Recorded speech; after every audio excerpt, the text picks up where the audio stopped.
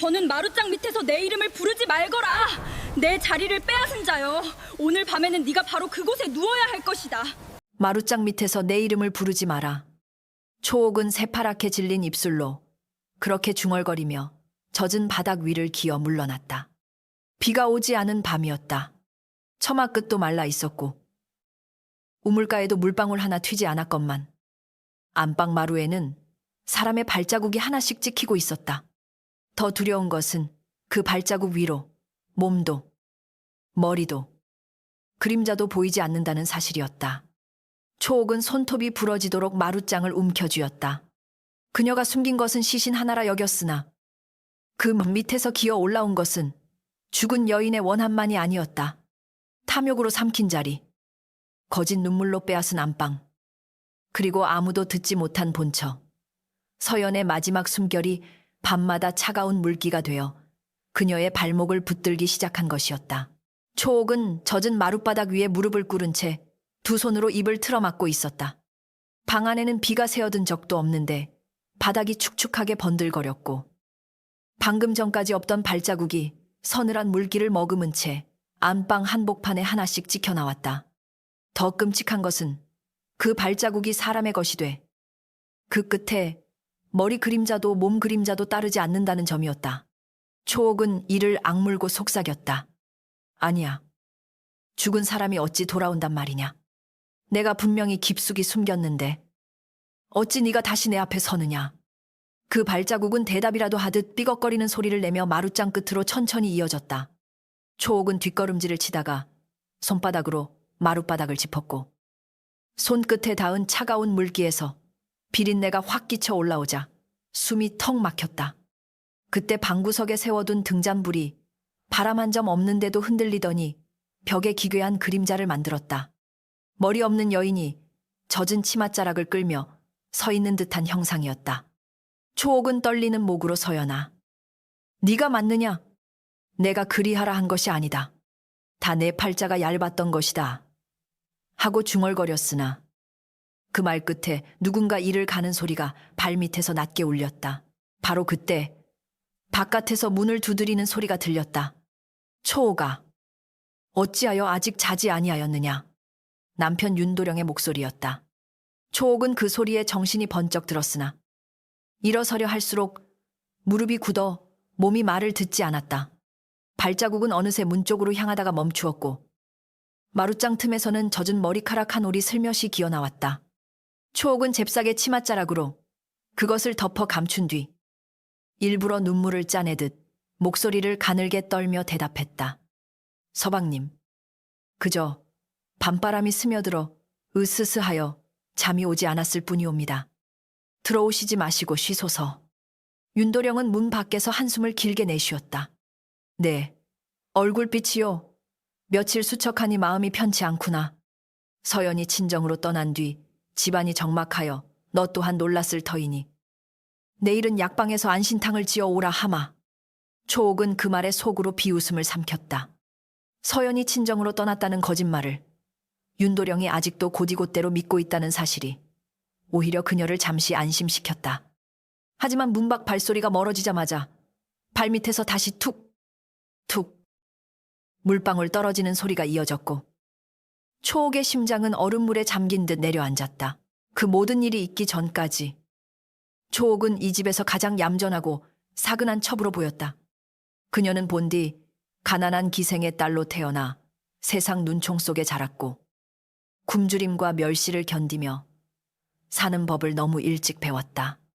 처음 윤도령의 눈에 들었을 때에도 그녀는 순하고 조용한 얼굴로 고개를 숙였으며 자신은 그저 추운 겨울밤을 피할 작은 처마 하나면 족하다고 말하였다.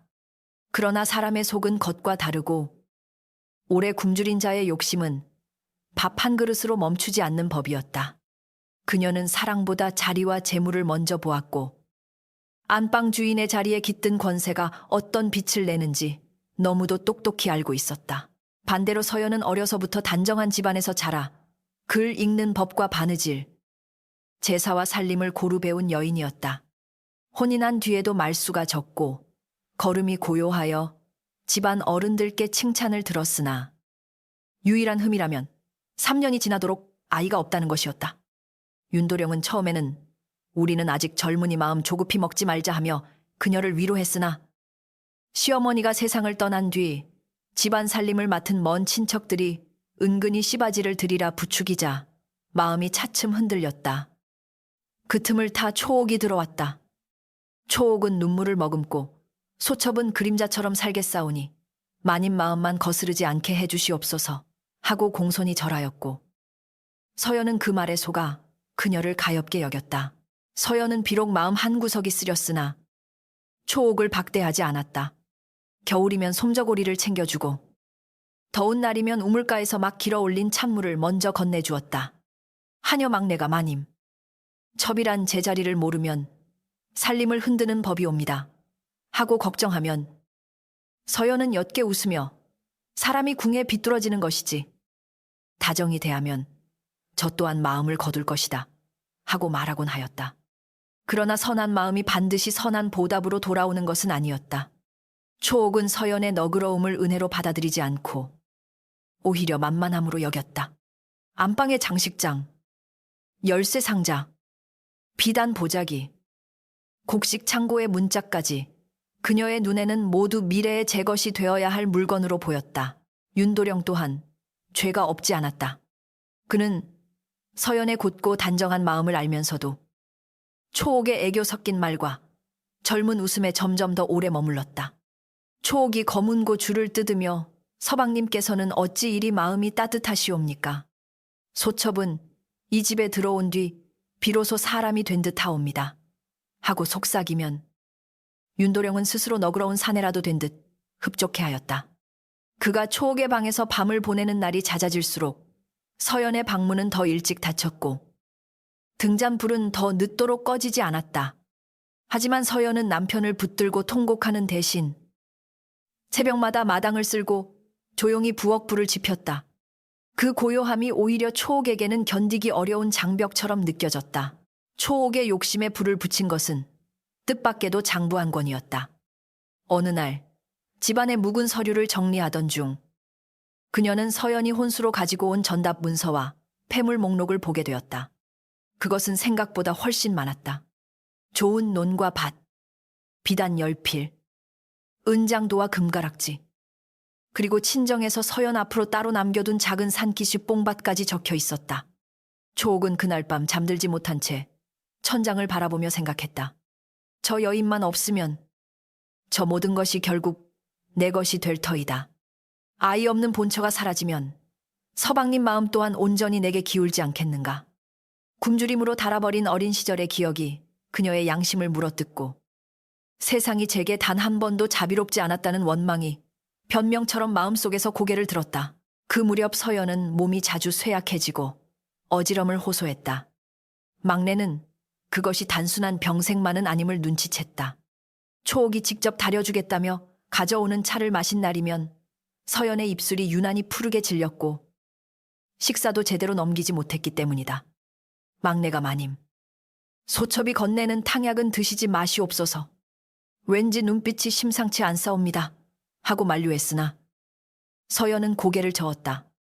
사람을 의심하며 살면 내 마음만 더 검어질 뿐이다.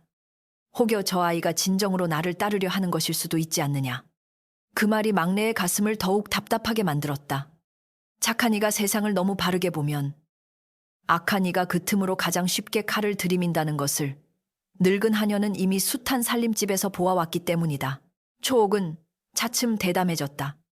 윤도령 앞에서는 더욱 낮고 애처로운 목소리로 굴며 서연이 자신을 시기한다는 투의 말을 은근히 흘렸다.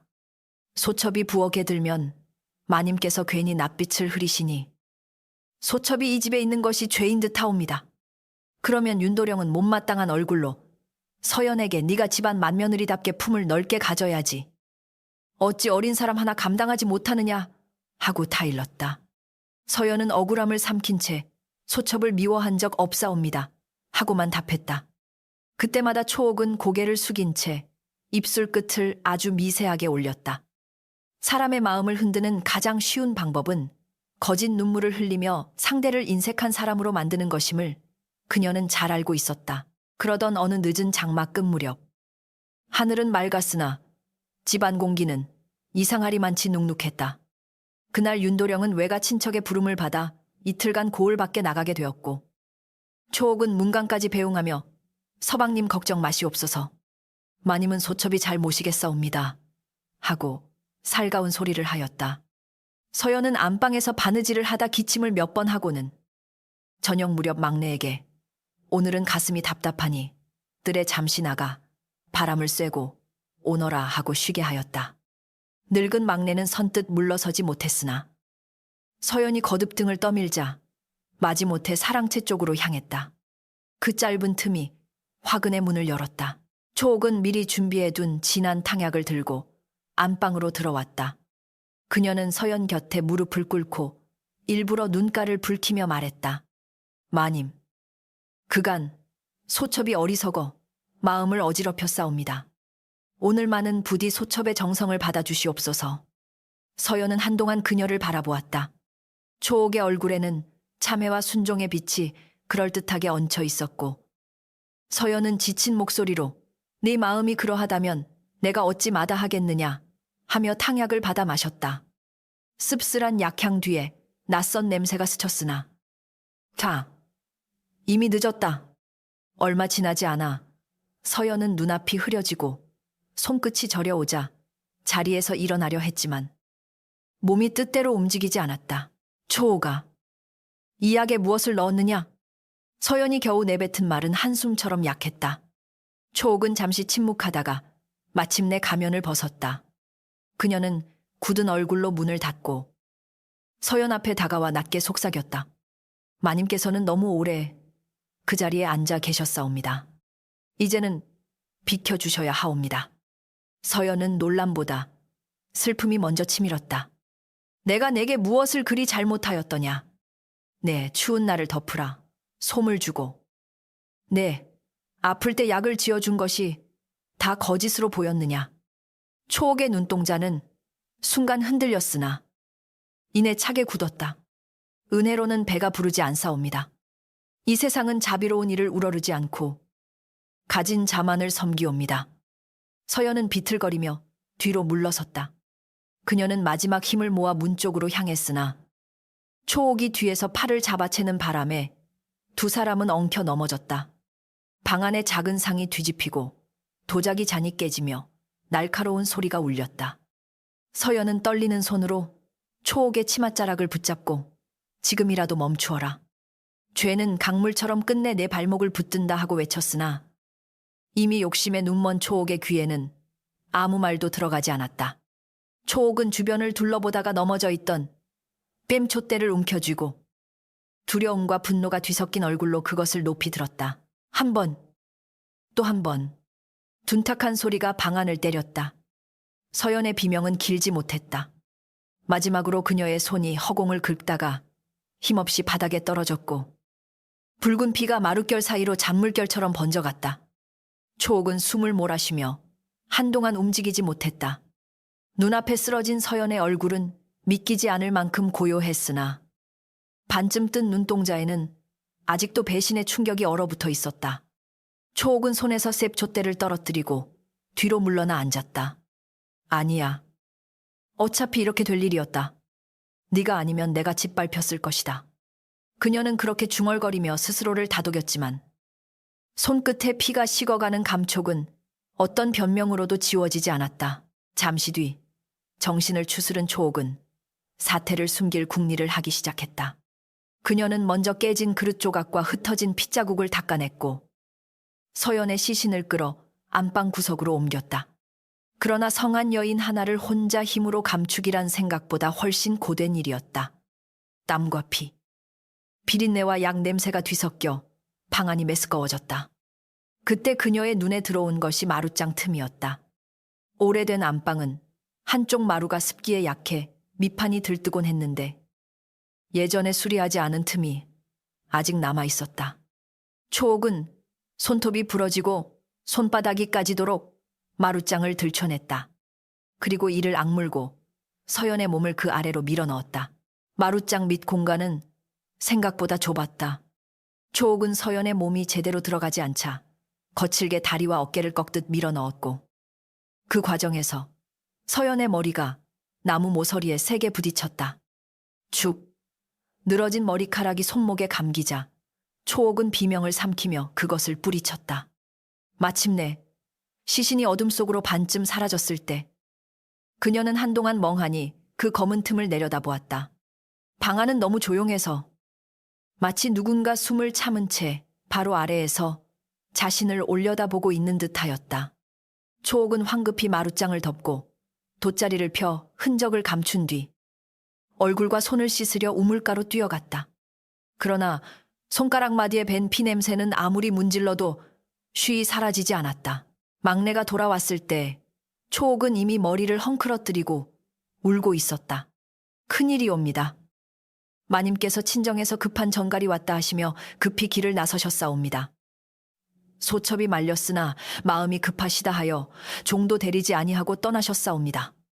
막내는 그 말이 믿기지 않았다. 서연이 병색 짙은 몸으로 종 하나 없이 저물녘길을 나설 사람도 아니거니와 문간의 수레바퀴, 자국조차 없었기 때문이다. 그녀가 안방에 들어서자 방 안에는 향을 지나치게 피운 냄새가 가득했고 바닥 한쪽은 방금 닦은 듯 미세하게 번들거렸다. 막내는 수상함을 느끼고 초옥을 노려보았으나 초옥은 오히려 가슴을 치며 내가 어찌 마님을 막지 못하였는지 죽을 죄를 지었사옵니다 하고 흐느꼈다. 이튿날 윤도령이 돌아오자 초옥은 다시 같은 거짓말을 되풀이하였다. 마님 친정에 병환이 위독한 어른이 계시다 하여 급히 떠나셨사온데 서방님께 폐를 끼칠까봐 전갈도 남기지 못하셨사옵니다. 윤도령은 의아해하면서도 크게 의심하지 않았다. 그는 서연이 성미상 그럴 수도 있겠구나 하고 중얼거리며 종을 시켜 친정에 사람을 보내려 했다. 그 순간 초옥의 속이 철렁 내려앉았으나 다행히 폭우로 냇물이 불어 길이 막혔다는 소식이 닿았다. 며칠만 버티면 더 그럴듯한 핑계를 만들 수 있으리라. 여긴 초옥은 겉으로는 근심 어린 얼굴을 하고 속으로는 안도의 숨을 쉬었다. 하지만 바로 그날 밤부터 집안의 공기가 달라지기 시작했다. 첫째 밤에는 안방 아래에서 무언가 물을 들이키듯 꿀꺽거리는 소리가 났다. 둘째 밤에는 닫아둔 방문이 스르르 열리며 젖은 바람이 드나들었다. 셋째 밤에는 초옥의 발등을 차가운 것이 스치고 진아가 깜짝 놀라 등잔을 들어 비추었으나 아무것도 보이지 않았다. 다만 바닥 위에 물기가 손가락 모양으로 길게 끌려 있을 뿐이었다. 초옥은 잠들지 못하고 밤새 귀를 세웠다. 어느 순간 아주 낮은 여인의 숨소리가 귓가에 닿는 듯했다. 비켜주라 하였느냐. 이제는 네가 어디로 비키겠느냐. 초옥은 이불을 뒤집어 쓰고 몸을 웅크린 채 새벽 닭이 울기만을 기다렸다. 막내는 날이 갈수록 집이 이상해지는 것을 피부로 느꼈다. 아침마다 안방 마루 한쪽이 젖어 있었고 아무리 닦아도 물비린내가 그치지 않았다. 더욱 수상한 것은 초옥의 태도였다. 그녀는 본래 남의 눈을 끄는 옷차림과 향을 즐겼으나 그 뒤로는 밤새 잠을 설친 사람처럼 눈밑이 퍼렇게 꺼지고 작은 소리에도 화들짝 놀라며 종들에게 괜한 호통을 쳤다. 막내가 소천마님, 이 마루는 어찌 밤마다 젖는 것이옵니까? 하고 넌지시 묻자 초옥은 얼굴이 하얗게 질린 채 네가 늙어 헛것을 보는 게지. 입 함부로 놀리다간 쫓겨날 줄 알라 하고 쏘아붙였다. 그 독한 반응이 오히려 막내의 의심을 확고하게 만들었다. 며칠 뒤 마을 안악 하나가 우물에서 물을 기르며 수군댔다. 본처마님이 떠난 뒤로 이 집 우물물 맛이 변했다 하더이다. 쇠의 비린내가 난다지 않소. 그 말은 금세 사람들 사이에 퍼졌다. 윤도령의 귀에도 들어갔으나 그는 얼굴을 붉히며 여인들 입방아란 본디 근거 없는 법이다 하고 일축했다. 하지만 그날 밤 그 역시 이상한 꿈을 꾸었다. 검은 물이 가득 찬 방 안에서 서연이 젖은 치마를 끌며 서 있었는데 얼굴은 보이지 않고 목 위가 텅 빈 어둠으로 가득했다. 그 빈자리에서 맑지도 탁하지도 않은 목소리가 흘러나왔다. 서방님, 마루 밑이 차옵니다. 너무 차서 뼈가 시리옵니다. 윤도령은 식은땀을 흘리며 잠에서 깨어났고 한동안 가슴을 짓누르는 불길함을 떨치지 못했다. 그는 다음날 안방에 들어가 오래 서 있었다. 서연이 떠난 뒤 처음으로 그녀의 침선함을 열어보고 베개 밑에 놓인 작은 향낭도 만져보았다. 모든 것이 너무도 제자리에 있었다. 먼 길 떠나는 이가 챙겼을 법한 옷까지도 그대로였고 서연이 늘 손에서 놓지 않던 바느질감도 반쯤 꿰매다만 채 놓여 있었다. 그제야 윤도령은 마음 한구석에 묵직한 의심이 생겼다. 정말 친정으로 갔다면 어찌 이리 허술하게 몸만 나갔단 말이냐. 그는 초옥을 불러 물었으나 초옥은 미리 준비한 듯 울며 말했다. 마님께서 너무 상심하시어 아무것도 챙길 겨를이 없으셨던 게지요. 소첩도 붙잡으려 애썼사오나 듣지 않으셨사옵니다. 윤도령은 그 눈물을 끝내 의심이라 확신하지 못한 채 답답한 한숨만 내쉬었다. 그러나 그날 해가 진 뒤 더는 외면할 수 없는 일이 벌어졌다. 막내가 저녁상을 치우러 안방에 들었을 때였다. 방 안은 텅 비어 있었으나 마룻바닥 한복판에 동그랗게 물이 고여 있었다. 그녀가 걸레를 들고 다가가자 물은 서서히 사람 발 모양으로 흩어지더니 하나, 둘, 셋. 문 쪽을 향해 또렷한 자국을 남겼다. 막내는 비명을 지르려다 목이 막혀 소리도 내지 못한 채 뒤로 주저앉았다. 그 순간 초옥이 달려와 그 광경을 보았고 얼굴빛이 송장처럼 질렸다. 발자국은 문턱 앞에서 끊기더니 다시 돌아와 이번에는 방구석 마룻장 있는 쪽으로 천천히 향했다. 막내는 떨리는 손으로 그 끝을 가리키며 외쳤다. 마님이 계신 곳이 저 아래 아니옵니까? 하늘이 끝내 감추지 못하게 하시려는 게 옵니다. 초옥은 미친 듯이 고개를 저으며 막내의 뺨을 후려쳤다. 입 다물라 하였느니라. 늙은 것이 헛소리로 집안을 망치려 하느냐. 그 고함에 윤도령이 달려 들어왔다. 그는 바닥에 젖은 자국과 두 여인의 혼란한 모습을 번갈아 보며 굳어섰다. 그때 그들의 발밑에서 분명 마룻장 아래에서 나무를 긁는 듯한 서걱서걱 소리가 길게 울려 나왔다. 윤도령의 얼굴에서 피가 가셨고 초옥은 마침내 숨겨둔 두려움이 목까지 차오르는 것을 느꼈다. 윤도령은 한 발 한 발 마룻장 쪽으로 다가갔다. 초옥아, 저 아래 무엇이 있느냐? 그의 목소리는 이미 평소의 부드러움을 잃고 거칠게 갈라져 있었다. 초옥은 입술을 달싹였으나 아무 말도 하지 못했다. 그 대신 마룻장 틈새로 검붉게 말라붙은 머리카락 한 올이 스르르 밀려 나왔다. 막내는 그 광경을 보자마자 주저앉아 통곡했고 윤도령은 손이 떨리는 것도 잊은 채 마룻장 틈에 손가락을 밀어 넣었다. 초옥은 그제야 정신없이 달려들어 그의 소매를 붙들며 아니옵니다. 열지 마시옵소서. 그것은 하고 외쳤지만 이미 늦었다. 윤도령의 눈빛은 깊은 태처럼 어두워졌고 집안의 모든 숨결이 그 한순간에 얼어붙었다. 윤도령의 손끝이 마룻장 틈을 붙잡는 순간 초옥은 제 숨이 끊어지는 줄 알았다. 그러나 오래 묵은 나무는 생각처럼 쉽게 들리지 않았다. 습기 먹은 판자가 뒤틀려 단단히 맞물려 있었고 손톱으로 파고든 틈에서는 시큼한 물냄새와 썩은 흙냄새가 뒤섞여 올라왔다. 윤도령은 이를 악물며 막내야, 쇠꼬챙이를 가져오너라 하고 명하였고 막내는 눈물로 얼굴이 젖은 채 일어나려 했다. 그때 초옥은 갑자기 무릎을 꿇고 윤도령의 발목을 붙잡으며 흐느꼈다. 서방님, 이 늙은 것이 저를 모함하려 귀신 소동을 꾸민 것이옵니다. 마루 밑에는 쥐나 고양이 사체가 있을 뿐이옵니다. 막내는 그 말에 피가 거꾸로 솟는 듯하였다. 평생 이 집에 밥을 짓고 제사상을 차리며 살았던 몸인데 하루아침에 귀신 소동을 꾸민 늙은 종으로 몰리니 억울함이 목을 찔렀다. 그녀는 떨리는 손으로 가슴을 치며 말했다. 도련님, 웬 내가 어찌 감히 집안 안방에 이런 흉한 일을 꾸미겠사옵니까? 마님께서 떠나셨다 하신 뒤 술의 자국도 없고 옷가지도 그대로이며 저 소첩의 손목에는 그날 밤 긁힌 자국이 아직 남아있사옵니다. 초옥은 얼른 소매를 감추며 고개를 돌렸다. 윤도령의 눈길이 그 움직임을 놓치지 않았으나 마음속 의심은 아직 증거 없는 안개처럼 흩어져 있었다. 결국 그 밤에 마룻장은 완전히 열리지 못했다. 초옥이 거의 기절하듯 쓰러지며 발작을 일으킨 탓이었다. 그녀는 몸을 비틀며 마님께서 저를 미워하여 저주를 내리신 것이옵니다.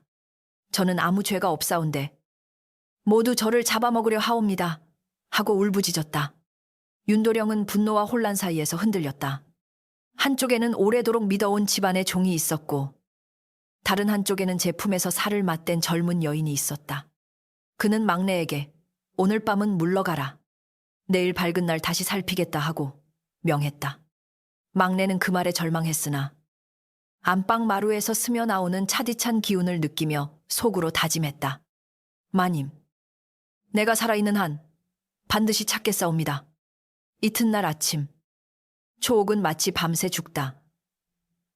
살아난 사람처럼 창백한 얼굴로 사랑채에 앉아 있었다. 그녀는 일부러 머리를 풀어 헤치고 식음을 전폐한 듯 꾸몄다. 윤도령이 들어오자 그녀는 기운 없는 목소리로 말했다. 서방님, 막내가 평소에도 저를 천것이라 업신여겼사옵니다. 마님께서 안 계신 틈을 타 저를 쫓아내고자 흉계를 꾸민 것이 분명하옵니다. 윤도령은 말없이 그녀를 바라보았다. 예전 같으면 그 울먹이는 목소리에 마음이 누그러졌겠으나 지난밤 젖은 발자국과 마루장 밑에 긁는 소리가 자꾸만 귓속을 후벼 팠다. 그는 낮게 물었다. 그렇다면 서연의 친정으로 사람을 보내 확인해도 되겠느냐? 초옥은 그 한마디에 속이 얼어붙었으나 겉으로는 눈물을 더 크게 흘렸다. 보내시옵소서. 다만 마님께서 소첩 때문에 상처받고 떠나셨다면 친정에서도 이 일을 숨기려 할 것이옵니다. 서방님께서 저를 의심하시면 소첩은 더 살 까닭이 없사옵니다. 그녀는 말끝마다 목숨을 걸듯 애처롭게 굴었다. 윤도령은 한숨을 내쉬고 하인을 불러 서연의 친정으로 급히 전가를 보내라 명했다. 초옥은 그 순간 머릿속으로 시간을 헤아렸다. 길이 왕복하는데 사흘, 혹은 나흘, 그 안에 마루장 아래의 흔적을 옮기거나 막내에게 모든 죄를 씌울 구실을 찾아야 했다. 그녀의 두려움은 이제 단순한 공포가 아니라 살아남기 위한 도끼로 변해갔다. 초옥이 먼저 손댄 것은 막내였다. 그녀는 부엌길을 하는 어린 몸종 단이를 몰래 불러 은반지 하나를 손에 쥐어주었다. 네가 지난밤 막내가 안방 근처를 서성이는 것을 보았다 말하면 된다. 늙은 것이 마님 장신구를 훔치려 마루를 뒤진 듯하다고만 하여라. 단이는 15도 채 되지 않은 아이였고 본래 서연이 데려온 몸종이었다. 그녀는 은반지를 보자 겁먹은 얼굴로 뒤로 물러섰다. 소천마님, 캣내는 거짓말을 못하옵니다. 막내 어멈은 마님을 누구보다 아꼈사옵니다. 초옥의 눈빛이 서늘하게 변했다. 네가 누구 밥을 먹고 사는지 잊었느냐? 입을 잘못 놀리면 너도 마님처럼 어디론가 사라질 수 있느니라. 단이는 그 말을 듣고 온몸이 얼어붙었다. 그녀는 서연이 사라지던 밤 분명히 보았다. 안방 창호지 뒤로 휘청거리던 그림자와 초옥의 손목에 묻은 검은 피, 그리고 새벽녘 우물가에서 손을 미친 듯 씻던 초옥의 등을. 하지만 어린 몸 하나로 무얼 할 수 있겠는가. 그녀는 눈물을 삼키며 부엌 뒤 장작더미 옆에 숨어 앉았다. 거기에는 서연이 생전 단이에게 주었던 작은 헝겊 주머니가 있었다. 그 안에는 서연이 직접 수놓탐한 매화무늬 조각과 사건 전날 초옥의 방에서 주워 감춰둔 약봉지 끄트머리가 들어있었다. 단이는 그것을 품에 꼭 안고 속삭였다. 마님, 앤내가 무섭사옵니다. 허나마님을 잊지는 않겠사옵니다. 막내는 초옥의 음모가 자신에게 향하고 있음을 금세 알아차렸다. 부엌 안악들이 갑자기 입을 다물고 하인들이 자신을 피해 눈길을 돌리는 것을 보면 집안에 말이 돌고 있음이 분명했다. 그녀는 단이를 찾아 낮은 목소리로 물었다. 아이야, 저 여인이 내게 무슨 말을 하더냐? 단이는 한참을 떨다가 겨우 고개를 들었다. 어멈, 저는 두렵사옵니다. 제가 보았다 말하면 저도 죽일 것이고 말하지 않으면 마님, 혼이 차가운 마루 밑에서 울 것이옵니다. 막내는 아이의 손을 붙잡았다. 거칠고 갈라진 늙은 손이었으나 그 손바닥에는 오랜 세월 남을 지켜 온 따뜻함이 남아있었다. 두려워도 진실은 혼자 죽지 않는다. 우리가 함께 붙들면 언젠가 빛으로 나온다.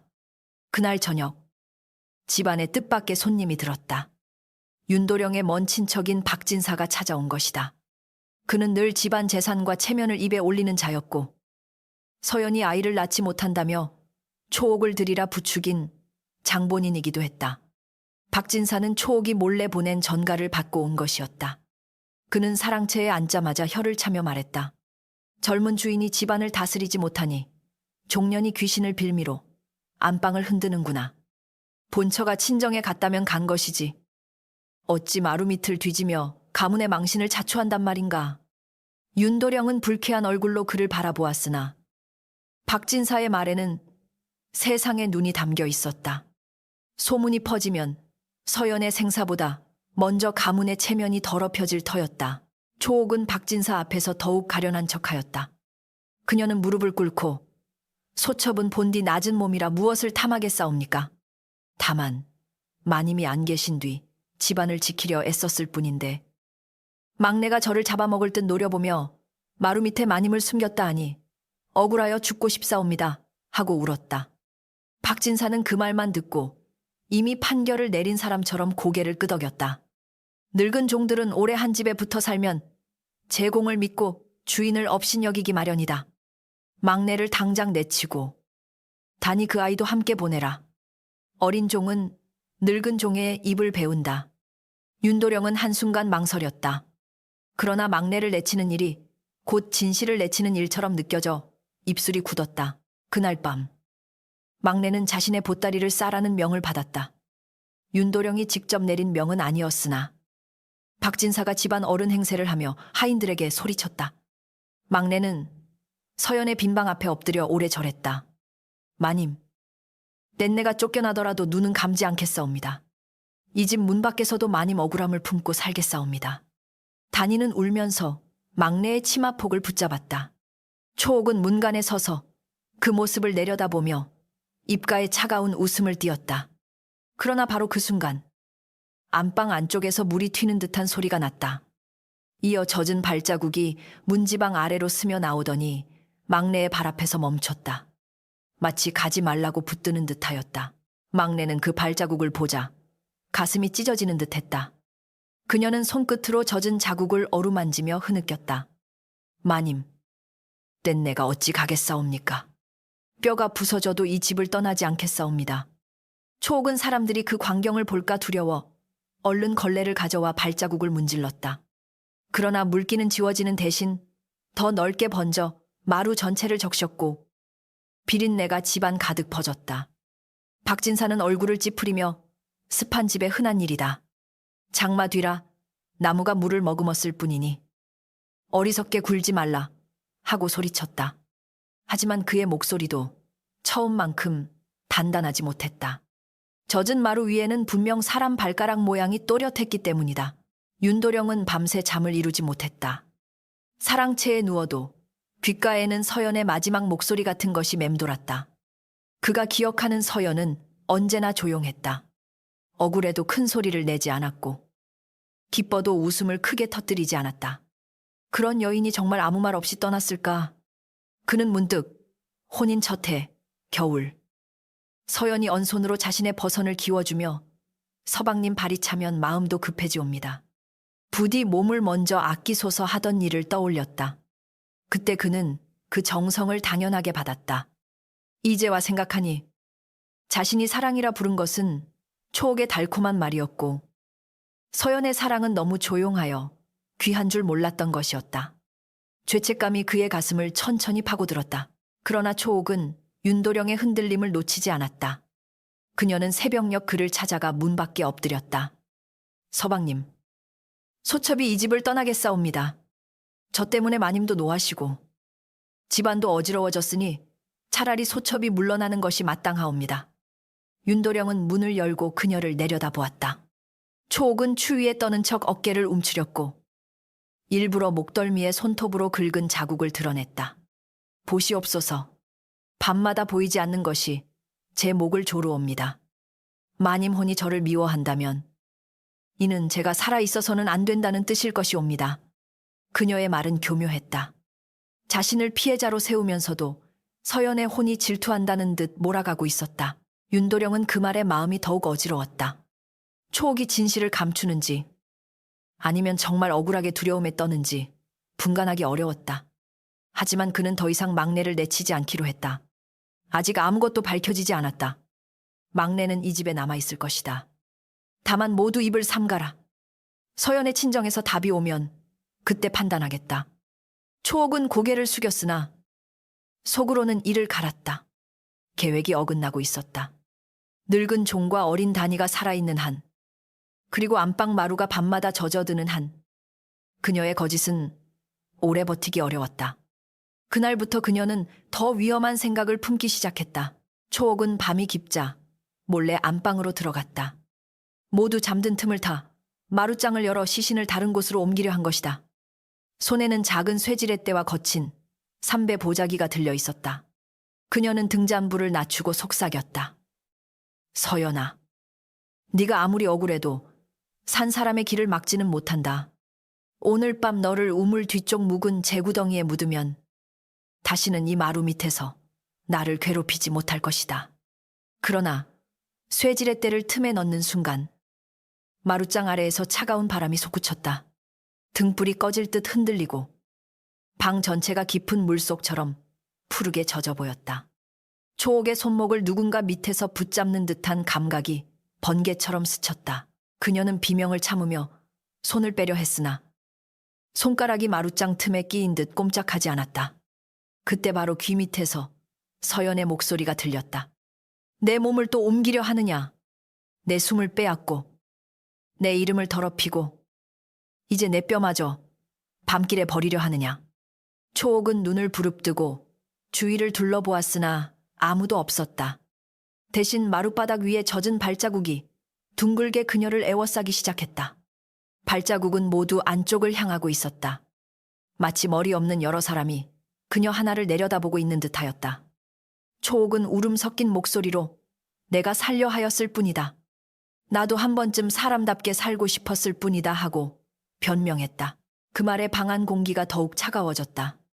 벽에 걸린 서연의 낡은 저고리가 스스로 흔들리더니 소매 끝에서 물방울이 뚝뚝 떨어졌다. 초옥은 필사적으로 손을 빼내고 뒷걸음질 쳤다. 그러나 발이 젖은 자국 위를 밟는 순간 발목까지 얼음물에 잠긴 듯 감각이 사라졌다. 그녀는 간신히 문 쪽으로 기어가 빗장을 열려 했으나 문이 꿈쩍도 하지 않았다.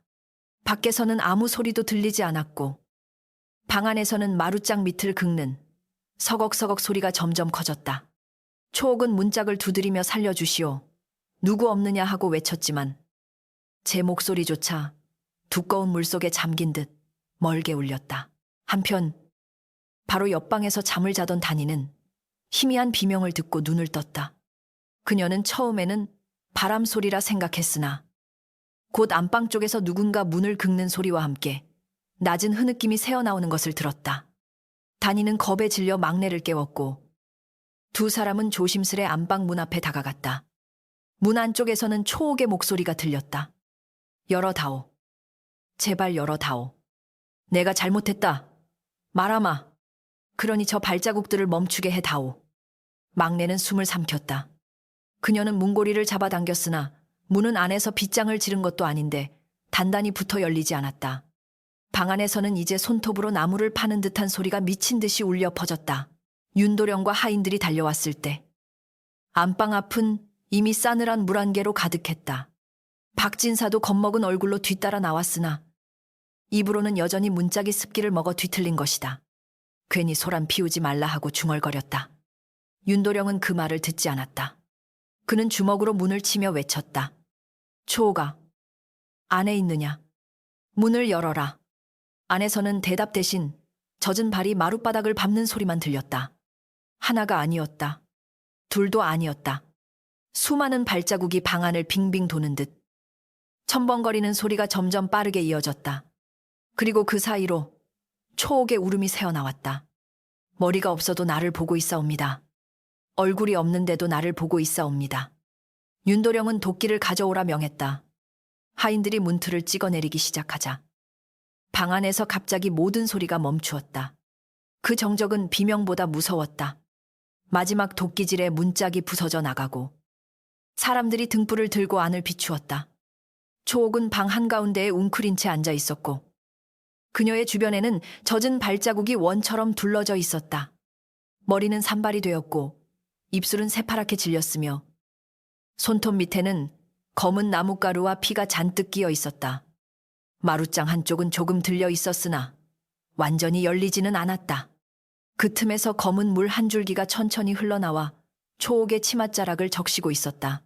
막내는 그 광경을 보며 더는 참지 못하고 윤도령 앞에 엎드렸다. 도련님, 이제도 모르시겠사옵니까? 마님은 친정에 계신 것이 아니옵니다. 바로 이 방, 이 마루 밑에서 밤마다 차가운 숨을 쉬고 계신 것이옵니다. 윤도령은 아무 말도 하지 못했다. 그의 눈은 들린 마룻장 틈에 못 박혀 있었다. 초옥은 갑자기 정신이 든 듯 고개를 들고 악을 썼다. 아니옵니다.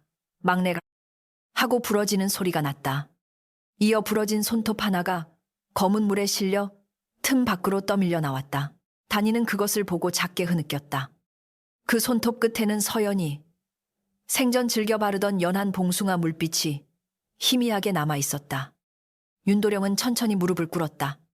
그의 손이 그 작은 손톱을 집어드는 동안 초옥의 얼굴에서는 마지막 핏기마저 사라졌다. 박진사는 뒤로 물러서며 입술을 달싹였으나 아무 변명도 하지 못했다. 방 안은 다시 물비린내로 가득 찼고 젖은 발자국 하나가 마룻장 틈에서 시작되어 윤도령 앞까지 다가왔다. 그 발자국은 마치 말없이 묻고 있는 듯하였다. 이제야 믿겠느냐고. 이제야 들여다보겠느냐고. 윤도령은 부러진 손톱을 손바닥 위에 올려놓은 채 오래도록 숨도 제대로 쉬지 못했다. 봉숭아 물빛은 희미했으나 그가 모를 리 없는 빛이었다. 서연은 여름마다 뜰가에 핀 봉숭아를 따 막내와 단이에게 손톱을 물들이게 해주었고 제 손끝에도 아주 옅게 물을 들였다.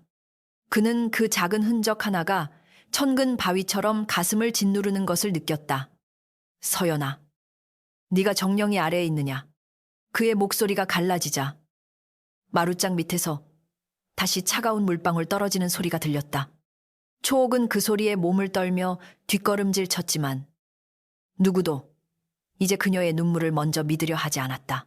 윤도령이 마룻장을 완전히 뜯어내려 하자 박진사가 급히 앞을 막았다. 잠깐 멈추게. 이런 일을 밝은 대낮도 아닌 밤중에 벌이면 집안 소문이 어찌 되겠는가. 만약 아래에 사람의 시신이라도 나오면 관아가 들이닥치고 가문은 끝장일세. 윤도령은 그 말을 듣고 천천히 고개를 들었다. 그의 눈빛은 밤새 불을 잃은 수처럼 어둡게 가라앉아 있었다. 가문이 사람 목숨보다 중하단 말이오. 내 아내가 이 아래에서 썩어가는데 체면을 먼저 덮으라 하시오. 박진사는 입술을 다물었고 초옥은 그 틈에 흐느끼며 엎드렸다. 서방님, 저는 두렵사옵니다. 저 손톱은 막내가 숨겨놓은 것일 수도 있사옵니다.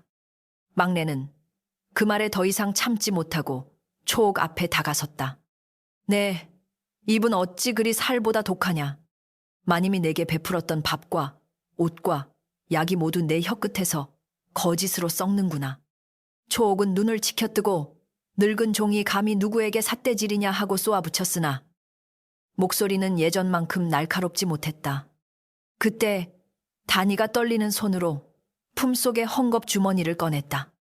그녀는 한참 망설이다가 윤도령 앞으로 기어가 그것을 바쳤다. 도련님, 앤내가 숨겨둔 것이 있사옵니다. 마님 사라지시던 전날 소천마님 방 앞에서 주운 약봉지 조각이옵니다. 초옥의 얼굴이 순간 돌처럼 굳었다. 윤도령은 헝겊 주머니 안에 종이 조각을 펼쳐보았다. 거기에는 희미하게 약재 이름과 함께 독한 풀가루의 흔적이 남아 있었다. 그는 약방 주인을 불러 확인해야 한다고 말했으나 초옥은 즉시 울부짖었다. 저 아이가 막내와 한패가 되어 저를 죽이려 하옵니다. 어린 종이 어찌 약재를 알아본단 말이옵니까? 단이는 공포로 어깨를 떨면서도 물러서지 않았다. 앤내는 약재를 모르옵니다. 다만 그날 밤 소천마님 손목에 피가 묻은 것을 보았사옵니다. 우물가에서 몇 번이고 손을 씻으셨고 안방 창호지에는 사람이 넘어지는 그림자가 비쳤사옵니다. 그 말이 끝나자 방 안에 있던 모든 사람이 얼어붙었다. 초옥은 다니에게 달려들듯 몸을 일으켰으나 윤도령이 손을 들어 막았다. 한 발도 움직이지 마라. 그 한마디에 초옥의 눈동자가 크게 흔들렸다. 그동안 그녀는 윤도령이 끝내 자신을 감쌀 것이라 믿었다. 달콤한 말과 눈물, 가련한 몸짓으로 얼마든지 그의 판단을 흐리게 할 수 있다고 여겼다. 그러나 지금 그의 얼굴에는 남편의 미련보다 죄를 마주한 사람의 두려움이 더 깊었다. 윤도령은 하인들에게 명했다. 마루장을 뜯어라. 지금 당장. 박진사가 다시 말리려 했으나 막내가 그 앞을 막고 섰다. 진실을 덮은 체면은 썩은 마루와 같사옵니다. 밟는 순간 모두가 함께 꺼질 것이옵니다.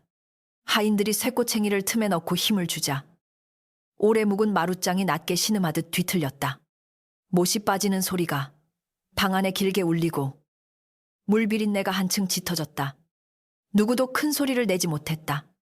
마치 집 전체가 숨을 죽인 채 아래의 어둠을 바라보는 듯했다. 마침내 첫 판자가 들렸을 때 안쪽에서 검은 습기가 연기처럼 피어올랐다. 다니는 막내의 품에 얼굴을 묻고 떨었고 윤도령은 한 손으로 벽을 짚어 겨우 서 있었다. 초옥만이 미친 듯 고개를 저으며 중얼거렸다. 아니야. 아직 보이면 안 된다. 아직은 안 된다. 내가 이대로 끝날 리 없지 않느냐. 그러나 드러난 것은 곧바로 시신이 아니었다. 마루장 밑은 젖은 흙과 썩은 돗자리 조각으로 어지럽게 덮여 있었고 그 사이에 서연의 찢어진 속적삼 조각이 엉켜 있었다. 윤도령은 그것을 보는 순간 무릎이 꺾일 뻔했다. 그 옷감은 그가 혼인 첫 해에 장터에서 사다 준 것이었다. 서연은 값진 비단보다 그 소박한 옷감을 더 아꼈고 서방님 손에서 받은 것은 작아도 마음이 크옵니다 하며 웃은 적이 있었다. 그는 그 기억 앞에서 숨이 막혔다. 내가 너를 이리 홀로 두었구나. 네가 내 곁에서 울고 있었는데 나는 다른 여인의 거짓 눈물만 닦아주었구나. 막내가 조심스레 흙을 걷어내려 하자 초옥이 갑자기 큰 소리로 웃었다. 그 웃음은 울음과 분노가 뒤섞여 사람의 것 같지 않았다. 그래, 뜯어보시옵소서. 모두 뜯어보시옵소서. 허나 무엇이 나온다 하여 죽은 사람이 살아 돌아오겠사옵니까? 서방님께서 이제와 가슴을 치신들 마님이 눈을 뜨겠사옵니까? 윤도령은 그 말을 듣고 처음으로 초옥을 향해 노한 눈을 들었다. 네가 죽였느냐? 초옥은 입술을 깨물었다. 잠깐의 침묵 뒤 그녀는 다시 눈물을 짜내며 말했다. 소첩이 아니옵니다. 마님께서 스스로 목숨을 끊으시고 막내가 그 일을 덮은 것이옵니다. 하지만 그 변명은 너무 늦었고 너무 얕았다. 그때 마루장 밑에서 뜻밖의 물건이 나왔다. 작은 향낭이었다. 검은 물에 젖어 빛은 바랬으나 매화 한 송이가 정성스레 수놓여 있었다. 다니가 떨리는 목소리로 말했다. 마님께서 늘 품에 지니시던 것이옵니다. 그 안쪽에는 마님 글씨가 들어있을 것이옵니다. 윤도령은 손을 떨며 향낭을 열었다. 안에는 젖어 뭉개진 종이 조각 하나가 있었고 글씨는 반쯤 번졌으나 몇 줄은 아직 알아볼 수 있었다. 서연의 글이었다. 내가 사라지거든 초옥의 탕약을 살피라. 막내와 다니는 죄가 없으니 지켜달라. 윤도령은 그 자리에서 종이 조각을 붙들고 오열했다. 그 글은 완전한 고발도 아니었고 원망을 가득 담은 유서도 아니었다. 오히려 마지막까지 남은 사람들을 지키려는 마음이 묻어 있었다. 윤도령은 그 점이 더 견디기 어려웠다. 서연은 죽음을 앞두고도 자신을 저주하기보다 막내와 다니를 걱정했다. 그동안 자신이 귀하게 여긴 것은 초옥의 뜨거운 말이었으나 진정 뜨거운 것은 서연의 말없는 마음이었다. 그는 초옥을 향해 돌아섰다.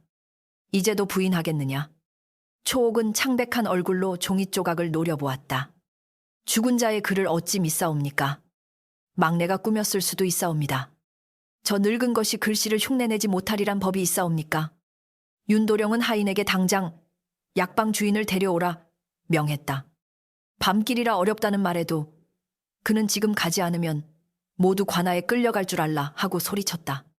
얼마 지나지 않아 잠옷 위에 겉옷만 걸친 약방 주인이 불려왔다. 그는 약봉지 조각을 보고 얼굴이 굳었다. 이것은 며칠 전 초옥 아씨께서 사가신 약재를 싼 종이와 같사옵니다. 그때 아씨께서는 쥐를 잡을 독한 약이라 하셨으나 사람에게 쓰이면 속을 태우고 기운을 끊는 물건이 옵니다. 초옥은 즉시 외쳤다. 거짓말이다. 네가 돈을 받고 나를 모함하는 것이냐. 약방 주인은 겁에 질려 엎드렸지만 그의 말은 이미 모두의 귀에 박혀버렸다. 박진사는 이제야 사태가 심상치 않음을 깨닫고 뒷걸음질했다. 그는 초옥을 감싸면 자신에게도 불똥이 튈 것을 헤아린 듯 목소리를 낮추었다. 나는 그저 집안 체면을 걱정했을 뿐이네. 이 일은 관아에 알리는 것이 옳겠네. 윤도령은 그 비겁함을 보고 차갑게 웃었다. 숙부께서는 어젯밤까지만 해도 마루를 열지 말라 하셨소. 체면을 위해 죽은 이를 2번 묻으려 하셨지. 박진사는 얼굴을 붉혔으나 대꾸하지 못했다. 초옥은 그 모습을 보고 깨달았다. 자신을 이용해 서연을 밀어내던 자들도 위험이 닥치면 가장 먼저 등을 돌린다는 것을. 세상은 그녀가 생각한 것보다 더 차갑고 그녀 자신도 그 차가움의 일부였음을 뒤늦게 알았다. 그러나 초옥은 아직 무너지지 않았다. 그녀는 몸을 낮추고 흐느끼는 척하다가 모두의 시선이 마룻장 밑에 쏠린 틈을 타 다니에게 달려들었다. 그녀의 손에는 어느새 소매 속에 숨긴 작은 비녀가 들려 있었다. 내년만 입을 다물었어도 초옥이 비녀를 휘두르자 다니는 비명을 지르며 뒤로 물러났고 막내가 몸을 던져 아이를 감쌌다. 비녀 끝은 막내의 팔뚝을 깊게 스쳤고 피가 흘렀다. 그 순간 방 안의 등불이 일제히 꺼졌다. 어둠 속에서 젖은 발자국 소리가 하나씩 울렸다.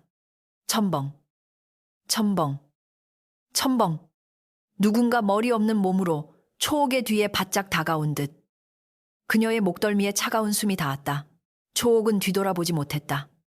보이지 않는 손이 그녀의 팔목을 움켜쥐었는지 비녀가 바닥에 떨어지며 맑은 쇳소리를 냈다. 그녀는 새된 목소리로 비명을 질렀다. 내가 죽이려 한 것이 아니다. 약만 먹여 기운을 빼앗으려 했을 뿐이다. 그 여인이 나를 붙잡고 소리치니 겁이 나서 그랬다. 어둠 속에서 그 자백은 너무도 또렷하게 울렸다.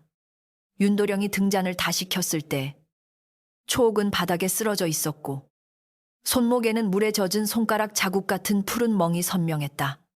막내는 피 흐르는 팔을 붙든 채 다니를 안고 있었고 모두의 얼굴에는 이제 돌이킬 수 없는 진실이 새겨져 있었다. 초옥은 자신이 한 말을 깨닫자 입을 틀어막았다. 그러나 한 번 밖으로 나온 죄는 다시 삼켜지지 않았다. 윤도령은 떨리는 목소리로 하인들에게 명했다. 이 여인을 별채에 가두고 날이 밝는 대로 관아에 알리겠다. 초옥은 미친 듯 몸부림쳤다.